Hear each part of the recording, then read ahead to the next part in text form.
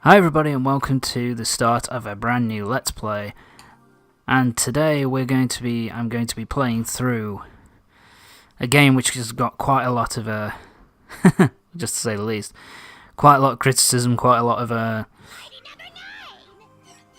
had quite a lot of issues.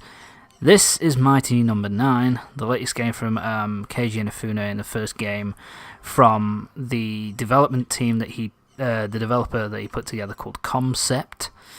So yes, I'm going to be playing through this game, which got a lot of people pissed, and has been delayed numerous times, and well, people were waiting 3 years for this. So why don't we just kick straight into it? And yes, I've completed the game once. It was kind of annoying, I will say that, but enough of this. Let's head through, and we're going to start a new game. Oh, I've unlocked Hyper and Maniac. Normal. I barely beat this thing on normal. I find this game kind of hard yet kind of easy at the same time. Like, it's a Mega Man game in the respect of you work through your basically the first time you play through the game, first time you go into a level, you're not gonna beat it the first time round.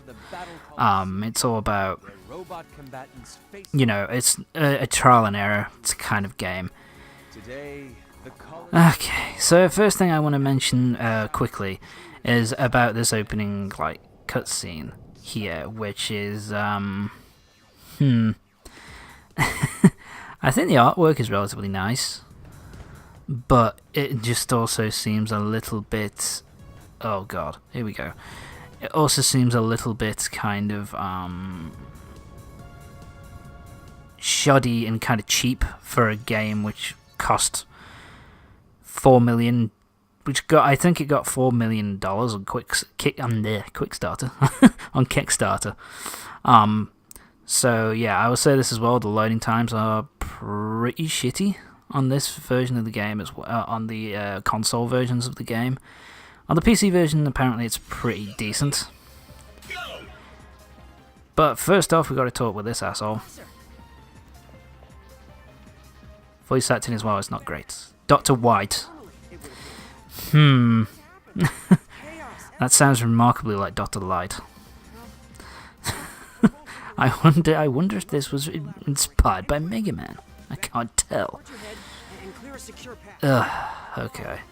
Their vowels aren't moving aren't animated. Oh god. Okay, let's start. So yeah, movement is with the analog stick or D-pad. I use the analog stick on this because yeah, I don't like the D-pad. And you attack using the X button. There's no charge shot.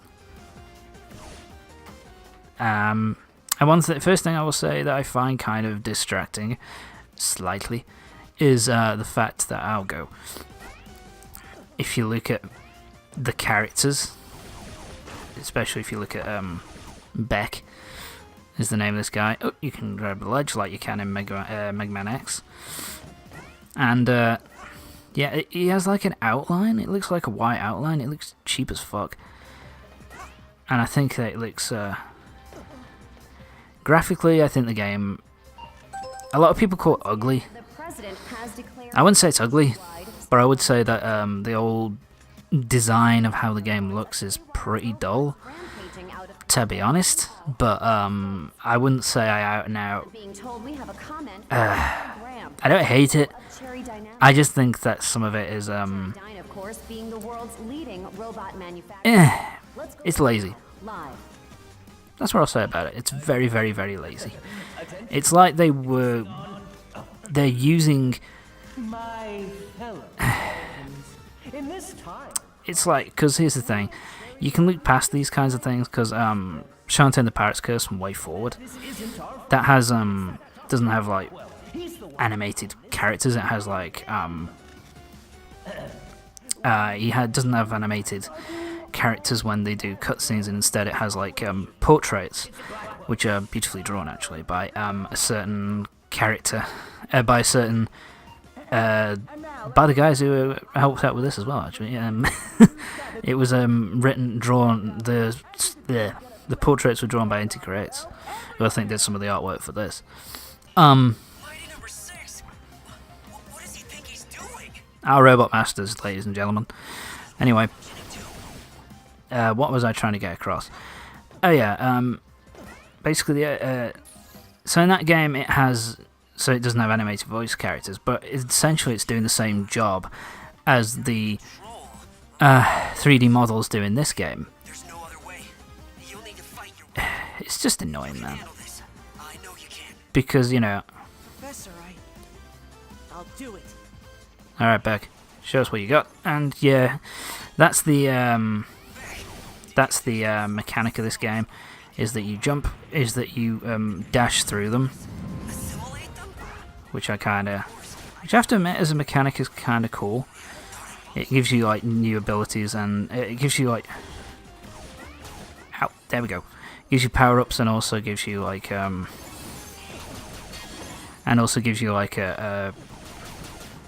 points bonus.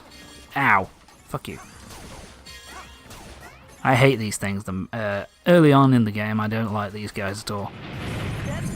Those things give you little power-ups, and there's other ones as well which give you health bonus, health pickups. Yeah, so at the moment I've got the red thing, which basically gives me a more powerful shot, and it allows me to go shoot through multiple targets as well, but I've just lost it. And I got an extra bonus there for zooming through 2. Like that. And yeah, you climb ladders in the same way that you would in the classic Mega Man games and Mega Man X. I'm going to be using that a lot. And yeah, so this is just basically destroy all enemies. It's pretty comfortable. These things piss me off. Early on, at least. There are worse enemies as you go through the game, but Shield Joes that were in a Mega Man, in the classic Mega Man games, as well as in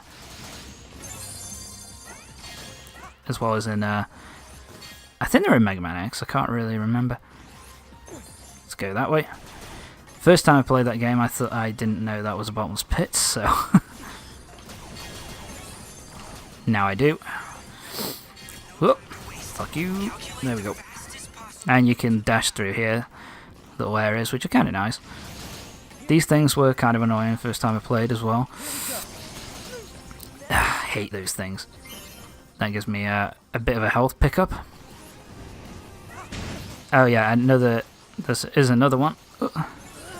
There is another one of the power-ups, one of the power-up abilities, which is I run at twice the speed. Fuck off.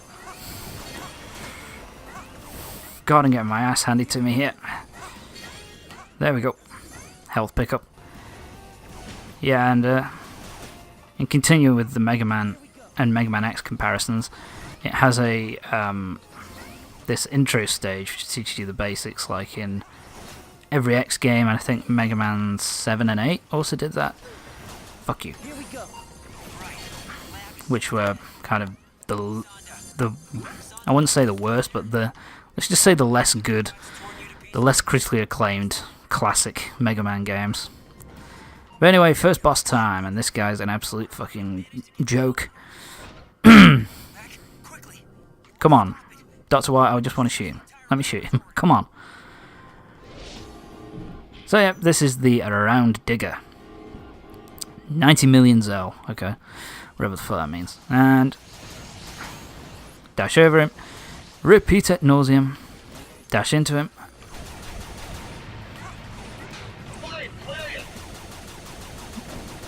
This is easy, yeah. He's a really easy boss. Pretty easy. His attacks are all easily avoidable and pretty simple. And we're done. And they always do this little animation, which is basically, once he's down, you basically absorb all the Zell, and it turns him back into a good robot. Which is nice and easy. And that's your first mission. Your intro stage, I got a B for that, that's not too bad. So I did okay there. That is the first one down, and I will say the gameplay is nice and fast paced. It's fun, and I did genuinely really enjoy going through the game. Oh, I skipped a cutscene. Fuck. I'm so sorry. Fuck. I'm just used to doing that. Basically, that's just an introduction to your to this character here, which is known as Call. New chips are added as the game progresses. Call. Almost sounds like roll. Anyway. And it's also a pun because your main character's Beck. And she's called Call. Beck and Call. Aren't you funny, KG? But yeah. So this stuff doesn't unlock straight away, actually. This is because I've beaten the game once. So you get the challenge mode in solo, the challenge mode in co-op, you can get boss rush, online race battle, and there's the leaderboards.